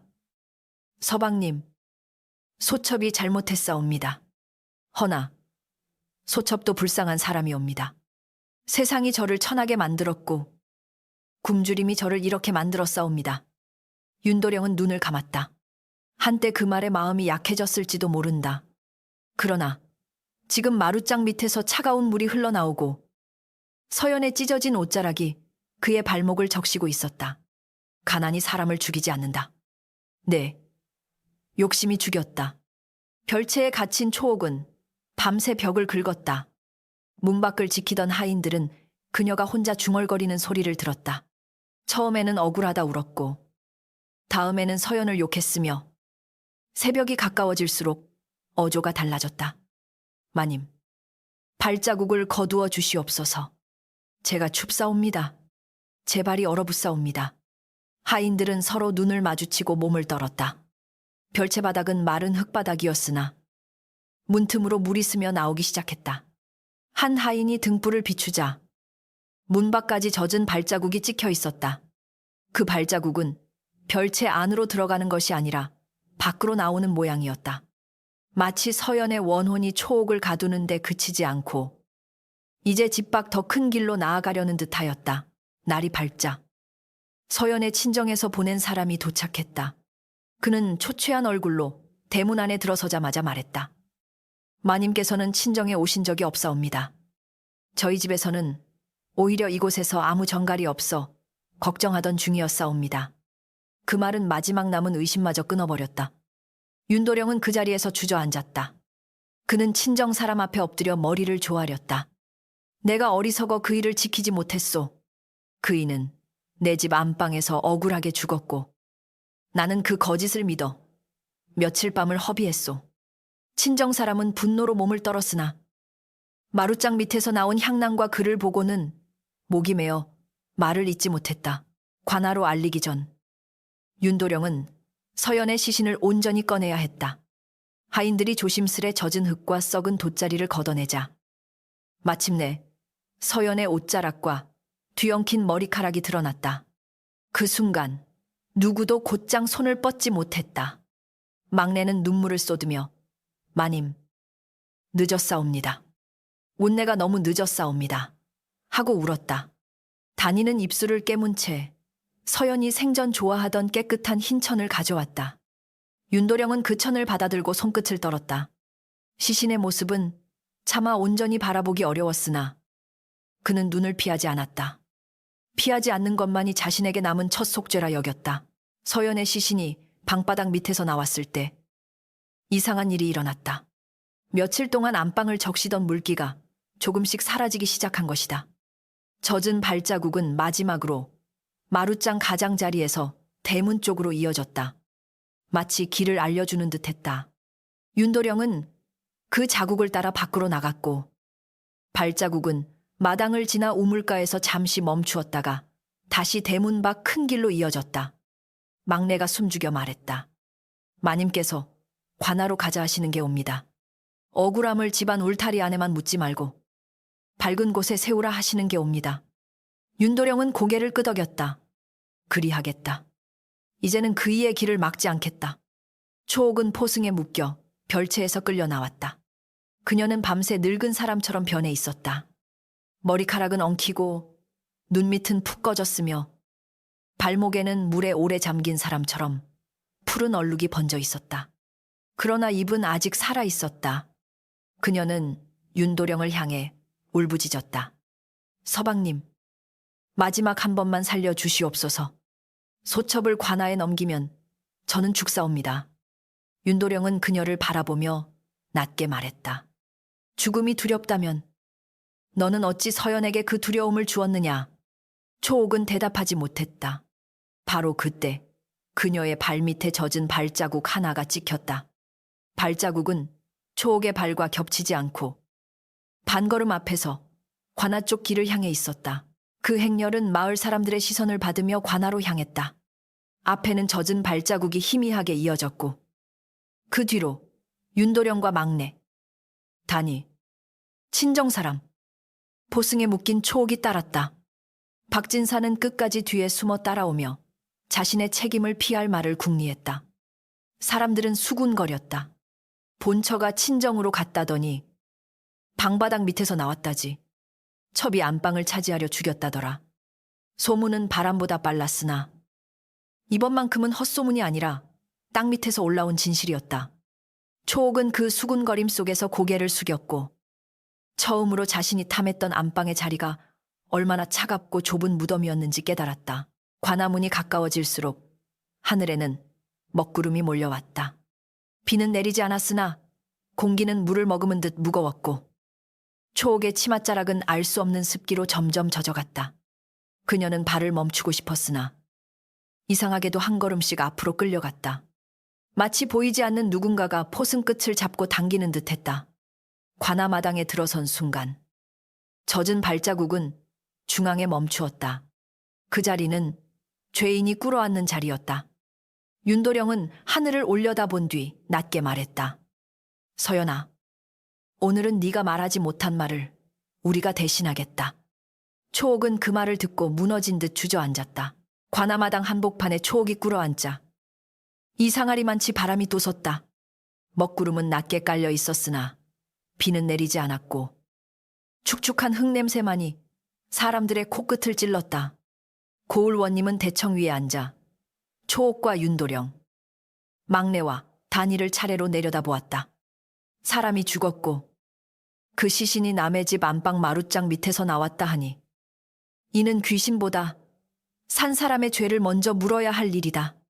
허나 오늘 이 마당에 이른 젖은 발자국의 소문이 온 고을에 퍼졌으니 숨기는 자는 더욱 크게 벌하리라. 초옥은 얼굴을 땅에 박은 채 흐느꼈다. 원님, 깐내는 억울하옵니다. 본처 마님께서 저를 미워하시어 스스로 목숨을 끊으셨고 막내와 단이가 그 죄를 소첩에게 씌우려 하옵니다. 그녀의 목소리는 가련하게 떨렸으나 예전처럼 사람의 마음을 흔드는 힘이 없었다. 밤새 물에 잠긴 듯한 얼굴과 발목에 푸른 얼룩, 관아 마당까지 따라온 젖은 발자국이 그녀의 말보다 먼저 죄를 말하고 있었기 때문이다. 원님은 눈썹 하나 움직이지 않고 물었다. 그렇다면 네가 산 독한 약은 무엇이며 내 입에서 흘러나온 자백은 무엇이라 하겠느냐. 약방 주인이 불려나와 머리를 조아렸다. 그는 품속에서 같은 종이로 싼 약봉지를 꺼내며 말했다. 초옥 아씨께서 며칠 전 밤늦게 찾아와 쥐를 잡을 약을 달라 하셨사옵니다. 허나 보통 쥐약보다 더 독한 것을 찾으시기에 갯내가 쓰임을 물었더니 집안 창고에 큰 쥐가 있어 꼭 숨을 끊어야 한다 하셨사옵니다. 초옥은 고개를 들고 독하게 노려보았다. 네가 거짓말을 한다. 내가 언제 사람에게 쓴다 하더냐. 약방 주인은 떨리는 목소리로 답했다. 사람에게 쓴다 하신 적은 없으나 그 약봉지가 마님 사라지신 날 안방 근처에서 나온 것은 웬 내가 꾸민 일이 아니옵니다. 원님은 단이를 앞으로 부르게 했다. 어린 단이는 두 손을 모아 떨면서도 막내의 눈빛을 보고 겨우 발을 내디뎠다. 그녀의 목소리는 작았으나 마당에 모인 사람들은 숨을 죽이고 들었다. 마님 사라지시던 밤, 앤내는 안방 창호지 너머로 두 그림자가 엉켜 넘어지는 것을 보았사옵니다. 그 뒤 초옥 아씨께서 우물가에 나와 손을 씻으셨고 손목과 소매 끝에 검붉은 것이 묻어 있었사옵니다. 퀻내가 겁나 숨어있자 아씨께서 주변을 두리번거리며 피냄새가 왜 지워지지 않느냐 하고 중얼거리셨사옵니다. 초옥은 다니의 말을 듣자마자 악을 썼다. 어린 년이 늙은 종에게 배워 혀가 길구나. 네가 보았다면 왜 그날 말하지 않았느냐. 다니는 눈물을 흘리며 대답했다. 무서웠사옵니다. 아씨께서 제게 너도 마님처럼 사라질 수 있다 하셨기 때문이옵니다. 허나 마님께서 근내에게 늘 말씀하셨사옵니다. 겁이 나도 거짓을 품으면 그 거짓이 언젠가 제 목을 조른다고 하셨사옵니다. 그 말이 끝나자 관아 마당의 흙바닥에 물기가 번졌다. 아무도 물을 뿌리지 않았는데 다니의 발밑에서 시작된 젖은 자국이 서서히 초옥 쪽으로 뻗어갔다. 막내 또한 증언대 앞에 엎드렸다. 늙은 팔에는 전날 초옥의 비녀에 찔린 상처가 아직 붉게 벌어져 있었다. 그녀는 떨리는 목소리로 말했다. 뗀내는 마님을 어릴 적부터 모신 것은 아니오나 시집 오신 뒤 그 마음이 얼마나 깊고 고왔는지 압니다. 그런 분이 아무 정갈도 없이 종 하나 없이 친정길에 나설 리 없사옵니다. 마님 사라지신 뒤 안방은 밤마다 젖었고 마룻장 밑에서 긁는 소리가 났으며 마침내 그 아래에서 마님 향낭과 손톱과 시신이 나왔사옵니다. 사람이 묻은 죄는 땅이 품었으나 억울함은 물이 되어 올라왔사옵니다. 윤도령은 원님 앞에 나아가 엎드렸다. 그의 얼굴에는 며칠 사이 늙어버린 사람의 그림자가 짙게 드리워져 있었다. 원님, 제 죄도 큽니다. 저는 본처의 마음을 살피지 못하고 첩의 거짓 눈물에 속아 아내를 외롭게 하였사옵니다. 서연이 사라졌을 때도 끝까지 찾지 못했고 안방 마룻장 아래에서 숨이 썩어가는 동안 저는 체면과 미련 사이에서 머뭇거렸사옵니다. 초옥이 죄인인 것은 분명하오나 제가 어리석지 않았다면 그 죄가 이리 깊어지지는 않았을 것이옵니다. 그는 그렇게 말하고 이마를 흙바닥에 떼섰다. 원님은 윤도령을 오래 바라보다가 낮게 말했다. 제 허물을 아는 것은 속죄의 시작이나 죽은 이를 살릴 수는 없다. 오늘 이 자리에서는 먼저 살인을 밝히고 그 뒤 네가 져야 할 도리를 따로 묻겠다.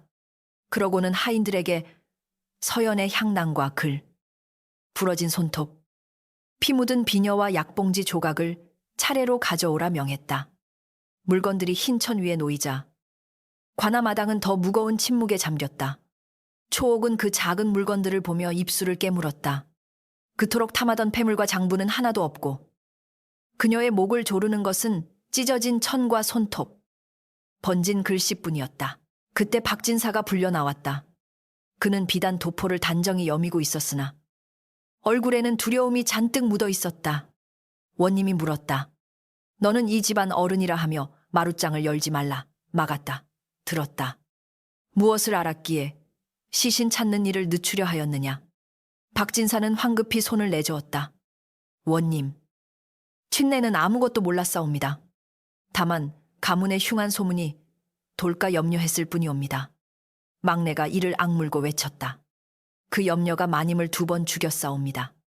살아계실 때는 아이 못 낳는다고 밀어내고 죽은 뒤에는 가문이 더럽혀진다고 덮으려 했사옵니다. 박진사는 얼굴을 붉히며 막내를 노려보았으나 원님이 호통을 쳤다. 입을 삼가라. 종의 말이라도 진실이면 귀하고 양반의 말이라도 거짓이면 더럽다. 마당에 모인 백성들이 낮게 술렁였다. 박진사는 그제야 고개를 숙였다. 초옥이 며칠 전 제게 전가를 보내 막내가 귀신 소동을 꾸민다 하였사옵니다. 저는 그 말을 믿고 집안 체면을 지키려 했을 뿐 시신이 있는 줄은 몰랐사옵니다. 원님은 차갑게 말했다. 몰랐다 하나. 내 말이 죄인을 돕고 억울한 일을 묻는 데 쓰였으니 가벼운 허물이 아니다. 탐욕은 칼든 자만의 것이 아니라 눈 감는 자의 품에도 깃든다. 초옥은 박진사마저 자신을 감싸지 않자 완전히 혼자가 된 듯 보였다. 그녀는 갑자기 울음을 멈추고 고개를 들었다. 그 눈에는 도끼와 절망이 동시에 번져 있었다. 그래, 모두 나만 죄인이라 하시오. 허나 이 집에서 나를 부른 것은 누구였습니까? 아이 없는 본처를 밀어내라. 속삭인 것은 누구였습니까? 낮은 계집에게 웃음을 팔라 한 세상은 죄가 없고 그 웃음으로 살아남은 나만 죄인이옵니까? 그녀의 말은 잠시 사람들의 마음을 흔들었으나 원님은 조금도 흔들리지 않았다. 세상이 너를 낮게 보았다 하여 네가 남의 숨을 끊을 권리는 없다. 굶주림은 죄를 설명할 수 있어도 죄를 씻지는 못한다. 초옥의 얼굴이 일그러졌다. 서연은 모든 것을 가졌사옵니다. 안방도, 이름도, 친정의 재물도, 남편의 첫마음도 모두 그 여자 것이었사옵니다. 나는 평생 남의 그늘에서 밥을 빌어먹었고 웃지 않으면 팔리지 않았고 울지 않으면 누구도 돌아보지 않았사옵니다. 그런데 어찌 나더러 욕심을 내지 말라 하옵니까? 윤도령은 그 말을 듣고 괴롭게 눈을 감았다. 그러나 막내가 조용히 말했다. 마님은 내게 솜저고리를 주셨고 병날 때 약을 주셨고 내 추운 밤을 걱정하셨다. 네가 받은 것이 없어서 죽인 것이 아니라 받은 것마저 삼키고도 더 원했기 때문에 죽인 것이다. 그 말이 초옥의 가슴을 찔렀는지 그녀는 잠시 아무 말도 하지 못했다. 마당 한가운데 젖은 발자국은 어느새 그녀의 무릎 앞까지 와 있었다. 초옥은 그것을 보고 갑자기 뒷걸음질하려 했으나 포승에 묶인 몸이라 멀리 가지 못했다. 오지 마라. 네가 죽은 것은 내 탓만이 아니다. 네가 그 자리에서 비켜주었으면 내가 그렇게까지 하지 않았을 것이다. 그녀는 허공을 향해 외쳤다. 그 순간 바람 한 점 없던 관아 마당에 찬 기운이 몰아쳤고 흰 천 위에 놓인 서연의 향낭이 스스로 조금 움직였다. 사람들은 숨을 삼켰고 원님조차 눈을 가늘게 떴다. 향낭 속 젖은 종이가 바람에 살짝 펼쳐졌다. 글씨는 흐려져 있었지만 마지막 줄이 선명하게 드러났다. 내 죽음이 누군가의 욕심에서 비롯되었거든. 그 일을 미워하기보다 죄를 밝히게 하라. 그래야 산자들이 더는 같은 어둠에 빠지지 않을 것이다. 윤도령은 그 줄을 보자 무너져 울었다. 막내도 손으로 얼굴을 가렸다. 단이는 흐느끼며 마님은 끝까지 사람을 미워하지 않으셨사옵니다. 하고 중얼거렸다. 초옥은 그 글을 노려보다가 비명을 지르듯 말했다. 그만하라.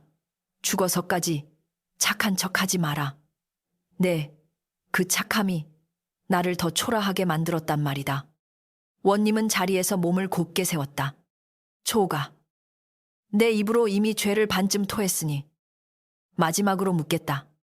서연에게 약을 먹이고 뮴 촛대로 쳐 죽이고 마룻장 밑에 숨긴 것이 내 짓이냐? 마당에는 까마귀 울음조차 들리지 않았다. 초옥은 한동안 입을 다물었다. 그녀의 눈앞에는 그 밤의 안방이 다시 펼쳐지는 듯했다. 약사발을 든 손, 서연의 슬픈 눈, 넘어지는 소리, 마룻장 틈에 끼인 머리카락, 닦아도 지워지지 않던 피냄새. 그녀는 두 손으로 귀를 막았으나 기억은 귀가 아니라 뼛속에서 울렸다. 마침내 초옥이 고개를 숙였다. 그렇사옵니다. 제가 했사옵니다. 그 한마디가 떨어지자 관아 마당에는 깊은 한숨이 파도처럼 번졌다. 초옥은 처음에는 낮게 말했으나 곧 무언가에 떠밀리듯 계속 토해냈다. 약을 먹였고 도망치려는 마님을 붙잡았고 겁이 나서 촛대로 내리쳤사옵니다. 죽은 뒤에는 마루 밑에 숨겼사옵니다. 친정으로 갔다 거짓말했고 막내와 다니에게 누명을 씌우려 했사옵니다. 허나 매일 밤 그 발자국이 나를 찾아왔사옵니다. 머리도 없고 얼굴도 없는데 나를 바라보았사옵니다. 나는 그 눈 없는 시선 속에서 잠 한숨 잘 수 없었사옵니다. 초옥의 자백이 끝나자 원님은 붓을 든 서리에게 모두 적게 했다. 그러고는 무겁게 판결을 내렸다. 초옥은 본처 서연을 도구로 해치려 하고 흉기로 목숨을 끊었으며 시신을 숨기고 무고한 자에게 죄를 씌우려 하였으니 그 죄가 깊고 무겁다. 법에 따라 엄히 다스릴 것이며 서연의 장례는 지체 없이 정결히 치르게 하라. 또한 박진사는 거짓을 밝히기보다 체면을 앞세워 수사를 막으려 하였으니 벌금을 내어 서연의 장례와 가난한 과부들을 돕게 하라. 마당의 사람들은 조용히 고개를 숙였다. 누구도 그 판결을 가볍다 하지 않았고 누구도 서연의 억울함을 더는 헛소문이라 부르지 못했다. 그때 초옥은 갑자기 몸을 떨며 발밑을 내려다보았다. 젖은 발자국이 그녀의 무릎 주변을 천천히 돌고 있었다. 그녀는 포승에 묶인 손을 들어 허공을 밀어내며 울부짖었다. 서연아, 이제 말했지 않느냐? 이제 그만 따라오너라. 내가 벌을 받겠다 하지 않았느냐? 그러나 발자국은 멈추지 않았다. 원님은 그 광경을 보고도 굳이 귀신을 말하지 않았다. 다만 낮게 말했다. 죄를 입으로 토했다고 끝나는 것이 아니다. 네가 빼앗은 숨의 무게는 남은 날마다 네 발밑에 고일 것이다. 초옥은 그 말을 듣고 마치 얼음물 속에 빠진 사람처럼 덜덜 떨었다. 서연의 시신은 관아 뒤편 정결한 방으로 옮겨졌다. 막내와 다니는 흰 천으로 그녀를 덮고 따뜻한 물을 데워 가능한 만큼 몸을 닦아주었다. 막내는 물수건을 쥔 채 계속 울었다. 마님, 살아계실 때도 차가운 말 한 번 못하시더니 죽어서도 우리를 지키려 하셨사옵니다. 분내가 어찌 이 은혜를 갚겠사옵니까? 다니는 서연의 손끝에 남은 봉숭아 물빛을 보고 흐느꼈다. 마님, 다음 여름에도 봉숭아가 피면 웬내가 마님 무덤가에 물들이겠사옵니다. 그 말에 문 밖에 서 있던 윤도령은 가슴이 찢어져 벽을 붙잡았다. 이제야 그는 자신이 잃은 것이 안방 주인이 아니라 자신을 사람답게 붙들어 주던 마음임을 알았다. 장례를 준비하는 동안 윤도령은 서연의 친정 사람들에게 모든 재물 문서를 내놓았다. 이것은 본디 서연의 것이었고 내가 욕심과 무심함으로 지키지 못한 것이요. 장례가 끝난 뒤 그대들이 뜻대로 처리하시오. 친정 사람 중 늙은 오라비가 한참을 말없이 문서를 바라보다가 답했다. 재물보다 사람이 먼저였소. 그러나 죽은 누이의 뜻이 늘 남을 돕는 데 있었으니 일부는 누이 무덤을 지키는 데 쓰고 일부는 의지할 곳 없는 여인들에게 나누겠소. 윤도령은 고개를 숙였다. 그 결정이 마치 서연다운 마지막 숨결처럼 느껴졌다. 그날 저녁 초옥은 감옥으로 옮겨졌다. 포승에 묶여 끌려가는 동안 그녀는 한 번도 고개를 들지 못했다. 관아 문턱을 넘을 때 그녀의 발이 닿은 곳마다 작은 물자국이 남았다. 간수 하나가 놀라 비도 안 왔는데 어찌 발이 젖었느냐 하고 중얼거렸으나 다른 이는 입을 다물라 손짓했다. 초옥은 자신도 그 물기를 느끼고 있었다. 발바닥 아래에서 차가운 손이 끊임없이 끌어당기는 듯했고 귓가에는 서연의 마지막 말이 맴돌았다. 죄는 강물처럼 끝내 네 발목을 붙든다. 그녀는 그제야 그 말이 저주가 아니라 경고였음을 깨달았다. 밤이 깊자 감옥 안에서 비명이 터졌다. 초옥은 벽에 등을 붙인 채 허공을 향해 손을 휘저었다. 머리가 없는데 왜 웃느냐? 얼굴도 없는데 왜 내 이름을 부르느냐? 간수들이 등불을 들고 달려갔을 때 감옥 바닥에는 젖은 발자국이 하나씩 찍히고 있었다. 그 발자국은 초옥 앞에서 멈췄다가 다시 문 쪽으로 향했고 초옥은 그 뒤를 따라 기듯이 움직이려 했다. 간수가 붙잡자 그녀는 울부짖었다. 나를 저 마루 밑에 넣지 마라. 숨이 막힌다. 너무 춥다. 그날 밤부터 초옥은 잠들 때마다 자신이 서연을 밀어 넣었던 그 좁고 어두운 공간으로 끌려가는 꿈을 꾸었다. 서연의 장례는 사흘 뒤 치러졌다. 마을 사람들은 처음에는 두려움과 호기심으로 모였으나 장례 행렬이 지나가자 모두 조용히 고개를 숙였다. 막내는 앞에서 향을 들고 걸었고 다니는 봉숭아 꽃잎을 말려 만든 작은 주머니를 품에 안았다. 윤도령은 상복을 입고 뒤따랐으며 그의 발걸음은 죄인의 것처럼 무거웠다. 이상하게도 그날부터 안방마루에서는 더 이상 물비린내가 나지 않았다. 집으로 돌아온 막내가 마루장을 새로 닦자 햇빛이 나무결 위에 조용히 내려앉았다. 그러나 한쪽 틈에는 아주 희미한 물자국 하나가 남아있었다. 그것은 원망이라기보다 잊지 말라는 표시처럼 보였다. 장례가 끝난 밤 윤도령은 서연의 빈 방에 홀로 앉았다. 그는 새로 깐 마룻바닥 위에 손을 얹고 오래도록 말을 잇지 못했다. 서연아, 내가 네 고요함을 무심함이라 여겼고 네, 인내를 당연한 것으로 받았구나. 네가 살아있을 때 한 번만 제대로 물었다면, 네 마음이 춥지 않으냐고 물었다면 이 지경까지 오지 않았을까. 그의 눈물이 마루 위에 떨어졌으나 그것은 예전의 차가운 물비린내가 아니라 뜨거운 후회의 눈물이었다. 그때 창밖에서 아주 약한 바람이 들어와 등잔불을 흔들었다. 윤도령은 그것을 서연의 마지막 대답처럼 받아들였다. 관아의 판결은 고을 곳곳에 오래 전해졌다. 사람들은 처음에는 머리 없는 발자국을 두려운 괴담으로 말했으나 시간이 흐를수록 그 이야기의 중심에는 귀신보다 산 사람의 욕심이 있었다. 누구는 첩의 탐욕을 욕했고 누구는 본처의 착함을 안타까워했으며 누구는 윤도령의 어리석음을 경계했다. 막내는 다니에게 말했다. 아야, 억울한 혼이 무서운 까닭은 밤에 나타나서가 아니다. 산 사람들이 낮에 외면한 진실을 밤이 되어야 비로소 보게 만들기 때문이다. 다니는 그 말을 가슴에 새겼다. 그리고 서연이 남긴 매화 향낭을 두 손으로 꼭 쥐었다. 서연의 장례가 끝난 뒤에도 윤도령의 집은 한동안 사람 사는 집 같지 않았다. 대문은 열려 있었으나 웃음소리는 들어오지 않았고 부엌에서는 밥 짓는 김이 올라도 누구 하나 먼저 수저를 들려 하지 않았다. 새로 깐 안방 마루는 햇빛을 받으면 은은히 윤이 났지만 그 빛은 따뜻하기보다 조용한 꾸짖음처럼 느껴졌다. 윤도령은 날마다 그 방 앞에 앉아 오래 고개를 숙였다. 서연아, 이제와 네 이름을 부른들 네가 대답하겠느냐. 허나 내가 살아있는 동안은 이 이름을 내 입에서 지우지 않겠다. 막내는 집안을 다시 정리하기 시작했다. 그녀는 서연이 생전에 쓰던 바느질, 상자와 향낭, 덜 꿰맨 버선 한 짝을 깨끗한 천에 싸서 안방 한쪽에 놓았다. 다니는 그 곁에서 봉숭아 꽃잎을 말리고 있었다. 여름이 지나 꽃빛은 연했으나 아이는 정성껏 작은 주머니에 담았다. 어멈, 마님께서 손톱에 물들이시던 빛이 이러하였지요. 막내는 고개를 끄덕이며 눈가를 훔쳤다. 그래, 마님은 진한 빛을 좋아하지 않으셨다. 남의 눈을 찌르지 않는 연한 빛으로도 제 마음을 다 담으셨지. 윤도령은 서연의 친정과 의논하여 그녀의 묘를 마을 뒤편 햇살이 잘 드는 언덕에 쓰게 했다.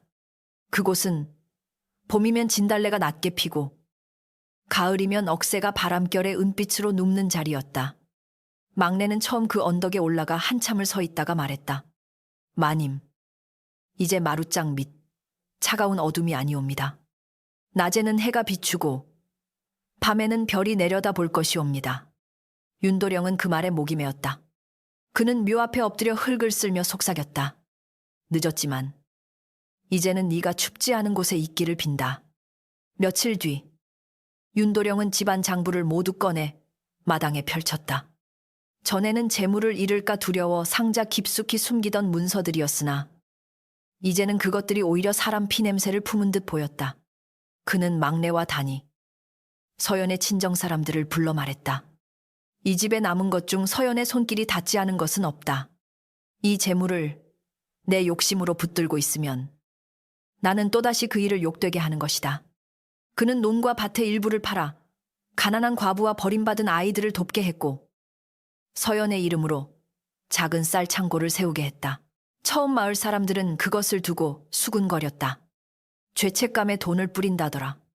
죽은 본처가 무서워서 그러는 게지.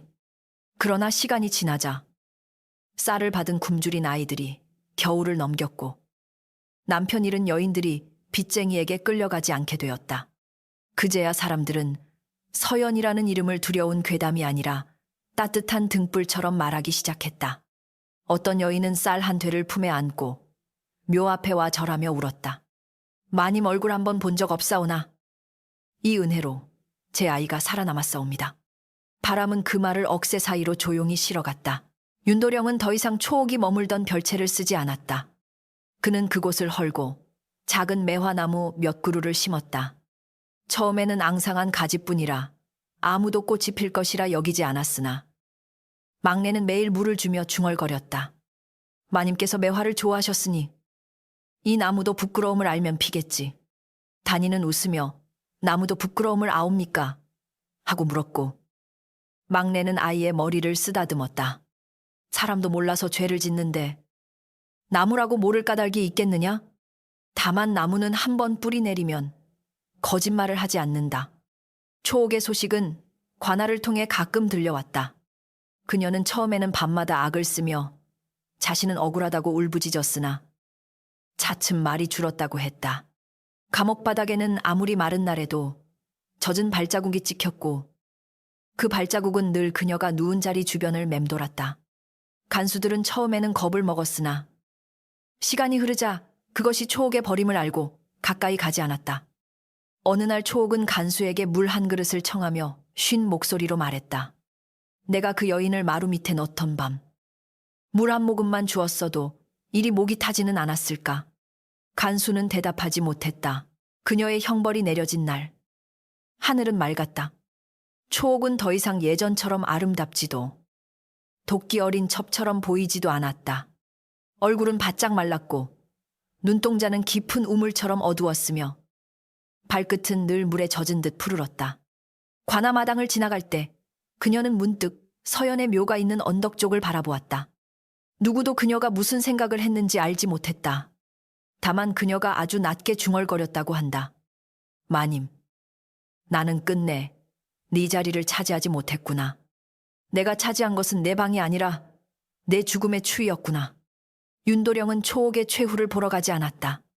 그는 복수보다 기억이 더 무거운 벌이라는 것을 알게 되었다. 대신 그날 서연의 묘 앞에 올라가 조용히 향을 피웠다. 내 억울함은 밝혀졌으나 내 마음의 빚은 끝나지 않았다. 나는 남은 날 동안 네가 살렸을 사람들을 살피며 살겠다. 그는 그렇게 말하고 오래 앉아 있었다. 바람이 불어 향연기가 옆으로 누웠고 매화 향낭을 닮은 은은한 냄새가 잠시 코끝을 스쳤다. 윤도령은 그것을 서연의 용서라 여기지 않았다. 용서는 감히 바라기 어려운 것이었다. 다만 잊지 말라는 조용한 명으로 받아들였다. 막내와 단이는 서연의 묘를 돌보는 일을 제 삶의 일부로 삼았다. 아침이면 막내가 쓸고 저녁이면 단이가 작은 꽃을 올렸다. 어느 날 단이는 묘 앞에 앉아 말했다. 마님, 그네는 이제 글을 배우고 싶사옵니다. 마님께서 남기신 글이 모두의 목숨을 살렸으니 저도 언젠가 억울한 일을 위해 글을 쓰고 싶사옵니다. 막내는 놀라 아이를 바라보았다. 예전 같으면 종년이 글을 배워 무엇하느냐고 누군가 타박했을 것이다. 그러나 막내는 천천히 웃었다. 그래, 배우거라. 진실은 입으로만 사는 것이 아니니 손끝에도 길을 내야 한다. 윤도령은 다니에게 글 선생을 붙여주었다. 처음에는 마을의 일부 사람들이 곱지 않은 눈으로 보았다. 몸종에게 글이라니. 집안 기강이 무너진다. 그러나 윤도령은 흔들리지 않았다. 글을 몰라 억울함을 삼키는 사람이 많았다. 내 집에서는 다시 그런 어둠을 만들지 않겠다. 다니는 서툰 손으로 글자를 익혔고 가장 먼저 쓴 이름은 서연이었다. 먹물이 번져 획이 고르지 못했으나 그녀는 그 종이를 묘 앞에 가져가 보여주었다. 마님, 아직 삐뚤지만 앤내가 잊지 않으려 쓴 것이옵니다. 그날 묘 앞 억새가 바람에 오래 흔들렸다. 세월은 천천히 집안의 냄새를 바꾸어 놓았다. 한때 안방에 배어있던 물비린내는 사라지고 대신 마른 나무 냄새와 햇볕에 말린 이불 냄새가 자리 잡았다. 부엌에서는 다시 된장국이 끓고 마당에는 아이들이 쌀을 받으러 와 웃는 소리가 들렸다. 그러나 누구도 그 안방을 함부로 떠들며 지나가지 않았다. 새로 들어온 하인들에게 막내는 늘 말했다. 이 방은 무서운 방이 아니라 사람이 사람의 마음을 가벼이 여기면 어떤 어둠이 생기는지 알려주는 방이다. 그러면 사람들은 말없이 고개를 숙였다. 첫 매화가 핀 날은 유난히 따뜻했다. 별채가 있던 자리의 작은 나무에서 흰 꽃 한 송이가 터졌고 다니가 그것을 가장 먼저 발견했다. 어멈, 피었사옵니다. 정말 피었사옵니다. 막내는 절룩이는 걸음으로 나와 그 꽃을 바라보았다. 꽃잎은 작고 여렸지만 찬바람을 견딘 뒤라 더욱 맑아 보였다. 윤도령도 조용히 다가왔다. 세 사람은 한동안 아무 말 없이 꽃을 보았다. 그 자리는 한때 거짓과 두려움이 숨어있던 곳이었으나 이제는 말없이 피어나는 생명의 자리가 되었다. 막내는 낮게 말했다. 마님께서 다녀가신 듯하옵니다. 그날 저녁 윤도령은 마당에 작은 상을 차리게 했다. 거창한 잔치는 아니었다. 따뜻한 밥과 나물, 맑은 국, 그리고 서연이 생전 좋아하던 배숙 한 그릇이 전부였다. 막내와 다니도 한자리에 앉았다. 예전 같으면 주인과 종이 한 상에 앉는다는 것은 생각하기 어려운 일이었으나 윤도령은 조용히 말했다. 서연이 살아있었다면 굶은 이와 외로운 이를 먼저 앉혔을 것이다. 오늘은 그 마음을 따라보려 한다. 막내는 눈물을 삼켰고 다니는 두 손으로 그릇을 꼭 잡았다. 마당 한가운데 등불이 따뜻하게 흔들렸다. 식사가 끝난 뒤 다니는 서툰 글씨로 쓴 작은 글을 읽었다. 사람은 남의 자리보다 제 마음의 자리를 먼저 닦아야 한다. 남의 것을 빼앗아 앉은 자리는 따뜻해 보여도 그 밑에는 반드시 차가운 물이 고인다. 막내는 아이의 말을 듣고 오래 고개를 끄덕였다. 윤도령은 눈가를 붉히며 말했다. 그 글은 서연이 내게 가르친 것이냐? 네가 스스로 깨달은 것이냐? 다니는 잠시 생각하다가 답했다. 마님께서 씨앗을 주셨고 우리가 아픔으로 물을 준 것이옵니다. 그 말에 마당은 한동안 조용해졌다. 밤이 깊자 윤도령은 홀로 안방 문을 열었다. 방 안에는 등잔 하나가 켜져 있었고 마룻바닥은 깨끗하고 마른 빛을 품고 있었다. 그는 예전처럼 두려워하지 않았다. 두려움보다 부끄러움이 더 컸고 부끄러움보다 기억해야 할 마음이 더 컸다. 그는 낮게 말했다. 서연아, 오늘 매화가 피었다. 다니는 그를 배웠고 막내는 여전히 네 이야기를 지키고 있다. 나는 아직 사람답다. 말하기 어렵지만 적어도 더는 거짓 눈물에 기대어 살지 않겠다. 등잔불이 아주 작게 흔들렸고 방 안에는 차가운 물기 대신 희미한 매화향이 감돌았다. 그 뒤로도 마을에는 오래도록 그 괴담이 전해졌다. 밤마다 젖은 마룻바닥에 머리 없는 발자국이 찍혔다는 이야기. 탐욕스러운 첩이 본처를 방바닥 밑에 숨겼다가 끝내 그 발자국을 따라 관아로 끌려갔다는 이야기였다. 아이들은 무서워 이불을 뒤집었었고 어른들은 낮은 목소리로 서로를 경계했다. 그러나 막내는 누가 그 이야기를 단순한 귀신담처럼 말하면 꼭 덧붙였다. 무서운 것은 머리 없는 발자국이 아니다. 살아있는 사람이 제 욕심에 머리와 마음을 잃는 것이 더 무서운 법이다. 세월이 흘러 다니는 더 이상 어린 몸종이 아니었다. 그녀는 그를 익혀 억울한 여인들의 사연을 대신 써주는 사람이 되었고, 서연의 쌀 창고는 마을의 작은 의지가 되었다. 막내는 늙어 기력이 약해졌으나 매화 피는 계절이면 꼭 서연의 묘에 올라갔다. 윤도령은 끝내 새 아내를 들이지 않았다. 그는 그것을 고결한 희생이라 말하지 않았고 누구에게 칭찬받으려 하지도 않았다. 다만 자신이 한번 지키지 못한 마음 앞에서 더는 가벼운 약속을 하지 않으려 했을 뿐이었다. 마지막으로 윤도령이 서연의 묘를 찾은 날, 언덕에는 저녁 노을이 붉게 내려앉아 있었다. 그는 오래 앉아 있다가 작은 목소리로 말했다. 나는 늦게 깨달았다. 사람이 곁에 있을 때는 그 숨결이 얼마나 귀한지 모르고 사라진 뒤에야 빈자리가 칼보다 깊다는 것을 알았다. 바람이 지나가며 억새를 흔들었고 말린 봉숭아 꽃잎 하나가 묘 앞에서 천천히 굴렀다. 윤도령은 그것을 주워 손바닥에 올려놓았다. 연한 붉은 빛이 아직 남아 있었다. 그는 그 빛을 바라보며 조용히 눈을 감았다. 이 이야기가 남긴 것은 피 묻은 방바닥도 원혼의 발자국도 죄인의 비명만도 아니었다. 남의 선함을 약함으로 여기지 말라는 가르침, 가난을 핑계로 탐욕을 정당화하지 말라는 경계, 그리고 억울한 눈물은 아무리 깊은 마룻장 밑에 묻어도 언젠가 젖은 흔적으로 올라온다는 깨달음이었다. 따뜻한 자리는 빼앗아 얻는 것이 아니라 지켜주며 만들어가는 것이다. 그러니 사람의 마음을 밟고 오른 곳에는 반드시 찬물이 고이고 진실을 위해 흘린 눈물은 끝내 길이 되어 어둠 밖으로 나온다. 그 뒤로 사람들은 그 집을 지날 때마다 발소리를 낮추었다.